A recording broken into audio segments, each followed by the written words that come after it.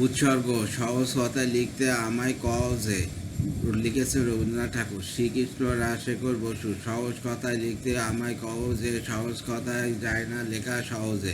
লেখার কথা মাথায় যদি জোটে তখন আমি লিখতে পারি হয়তো।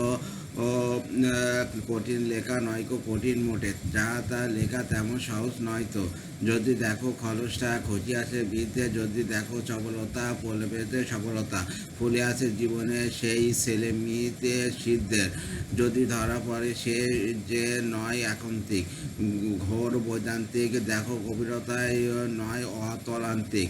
যদি দেখো কথা তার কোনো মানে মদ্দাক, হয়তো ধারে না ধার মাথা উদ্ভ্রান্তিক, মনখানা পোষায় খামখেয়ালি প্রান্তিক, তবে তার শিক্ষা দাও যদি ধিক্কার। শুধাবো বিধির মুখ চারিটা কি কারণে, একটাতে দর্শন করে বাণী বর্ষণ, একটা ধ্বনিত হয় বেদ উচ্চারণে, একটাতে কবিতা রসে হয় কবিতা, কাজে লাগে মনটাকে উচ্চাটনে মারণে, নিশ্চিত যেন তবে একটাতে হো রবে, পাগলামি বেড়া ভেঙে উঠিয়াছে উচ্ছ্বাসিয়া, তাই তারি ধাক্কায় বাজে কথা পাক খায়, আউর পাকাতে থাকে মগজে আসিয়া। চতুর্মুখের চেলা কবিটিকে বলিলে, তোমরা যতই হাসো রবে সেটা দলিলে, দেখাবে সৃষ্টি নিয়ে খেলা বটে কল্পনা, অনার সৃষ্টিতে তবু যোগটা অল্প না।